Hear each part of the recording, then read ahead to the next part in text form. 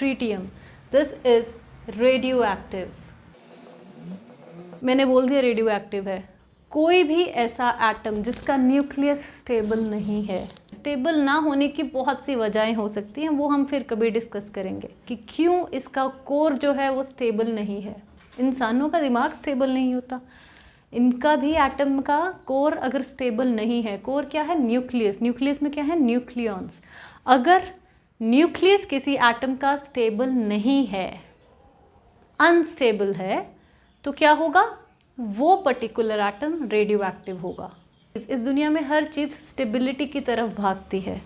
अगर ये चीज़ स्टेबल नहीं है तो ये without any external aid spontaneously कुछ ऐसा करेगा, कुछ ऐसा प्रोसेस करेगा जिसके बाद ये स्टेबिलिटी की तरफ चला जाए, जिसके बाद ये स्टेबल हो जाए।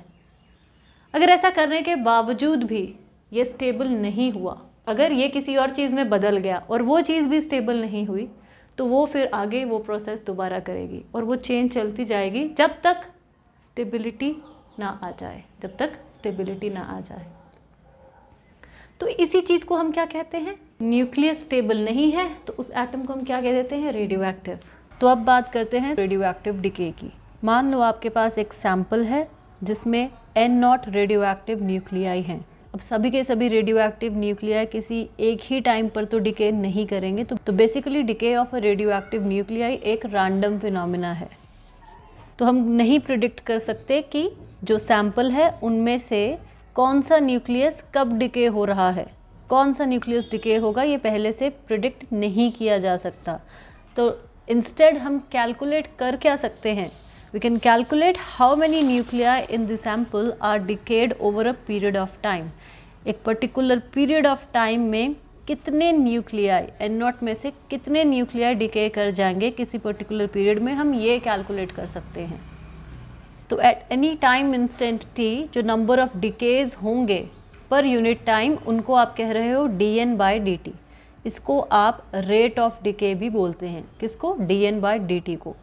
उसके बाद ये जो डिके होगा, जो रेट ऑफ डिके होगा, ये डायरेक्टली प्रोपोर्शनल किसके होगा?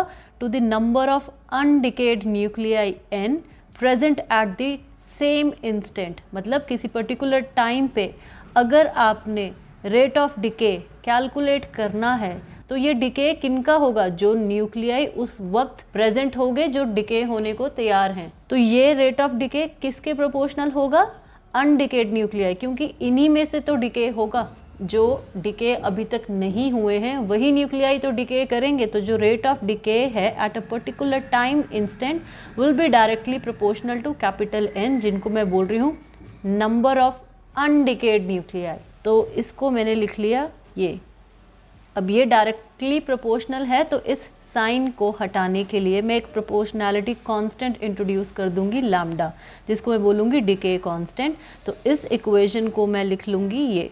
तो dN/dt is minus lambda times n। तो ये माइनस साइन क्यों आया? इसके पीछे की क्या कहानी है कि विद टाइम आप देखोगे जैसे जैसे टाइम इंक्रीज करेगा जो नंबर ऑफ अनडिकेड न्यूक्लियाई हैं वो कम होते जाएंगे। तो that is why we are having negative sign over here. तो ये चीज़ आपको क्लियर हो गई। अब जो लैम्डा है यहाँ पे जो इंट्रोड्यूस किया है वो है decay constant. Lambda is decay constant, तो इसके यूनिट्स होंगे टाइम इनवर्स।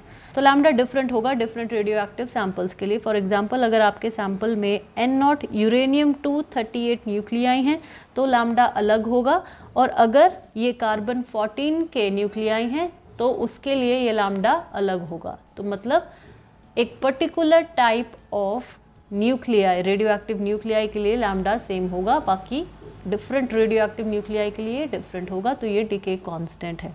अब इस इक्वेशन को अगर आप रीराइट करेंगे, dt अगर यहाँ लिखोगे तो मैं जो dN है वो किसको बोल रही हूँ?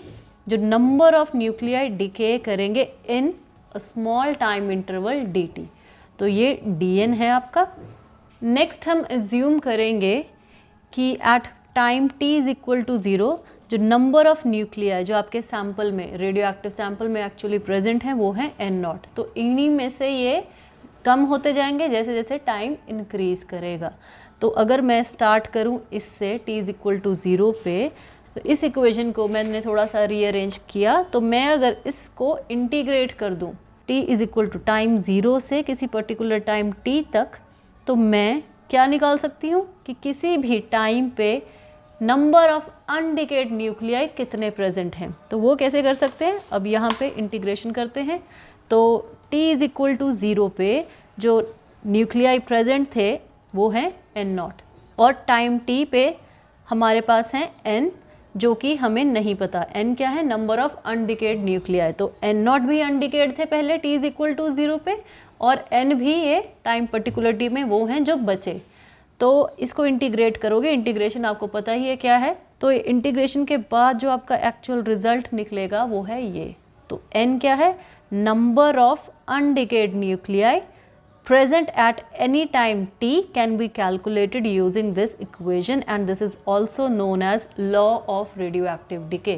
तो किसी भी टाइम पे आप number of undecayed nuclei present in the sample calculate कर सकते हैं, where n0 is the number of nuclei present in the radioactive sample at time t is equal to 0 और lambda क्या है आपका decay constant। अगर आप इस इक्वेशन का एक ग्राफ प्लॉट करने की कोशिश करेंगे तो आपको क्या मिलेगा, ये this is law of radioactive decay. तो यही वो इक्वेशन थी, और इसको आपने ग्राफ बनाया number of undecayed nuclei present at any time T versus time का। तो आपको कुछ ये एक्सपोनेंशियल डिके टाइप ग्राफ मिलेगा। n0 है जो time t is equal to 0 पे जो भी टोटल न्यूक्लियाई सैंपल में हैं जो कि अभी डिके नहीं किए हैं। t हाफ, अगर आप एक फिजिक्स स्टूडेंट हैं तो आपको पता होगा कि हाफ लाइफ किसको कहते हैं, टी हाफ, जब सैंपल कितने टाइम बाद अपनी क्वांटिटी से बिल्कुल आधा हो जाए। तो इसका रिलेशन क्या है, ln2 by lambda, natural log 2 divided by decay constant, ये वही लैम्डा है।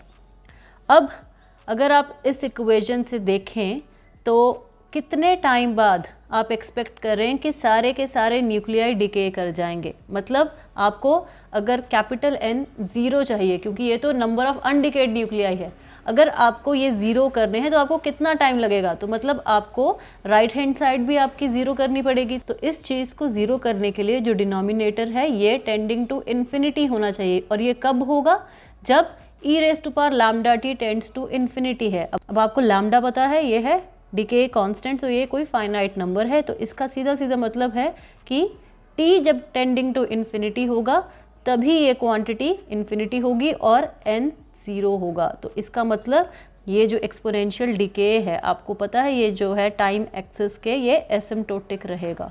n धीरे धीरे कम होता होता 0 कब होगा ये हमें पता नहीं, तो इन्फिनाइट टाइम लग जाएगा, और ये जो ग्राफ है ये एसिम्प्टोटिक हो जाएगा इस टाइम एक्सिस के। और यहाँ पे आप देख रहे हैं कि आप n0 न्यूक्लियाई सैंपल में लेके चले और एग्जैक्टली हाफ लाइफ के बाद आपका जो सैंपल है वो कितना रहेगा, एग्जैक्टली हाफ ऑफ दिस। अब इनिशियली सैंपल अगर ये है, फिर से अगर आप हाफ लाइफ लोगे तो अब अगर यहाँ से आप टाइम मेजर कर रहे हो तो ये हाफ है और ये क्या है 2t हाफ। तो लेकिन यहाँ और यहाँ इसमें डिफरेंस क्या है, वही हाफ लाइफ का। तो यहाँ से अगर आप फिर से ये पीरियड लेंगे तो इस प्रेजेंट सैंपल का हाफ हो जाएगा, और सिमिलरली अगर आप ये हाफ लाइफ पीरियड और आगे चलेंगे तो इसका फिर से हाफ हो जाएगा। तो लाइकवाइज आपको ये ग्राफ मिलता जाएगा जब तक ये सारा सैंपल डिके ना कर जाए, तो उसको इन्फिनाइट टाइम लगेगा। तो ये आपको इस तरह का ट्रेंड मिलेगा आपके कर्व में, और इसको आप क्या कहते हो, law of radio active decay, जो कि बेसिकली ये इक्वेशन फॉलो कर रहा है ये graph. So that was all for today. I hope you liked my video. If you do not forget to give it a big thumbs up. Do subscribe to my channel. You can also follow me on Instagram. I'll be back with my next video. Till that time, do not forget to take really good care of yourselves. Bye bye.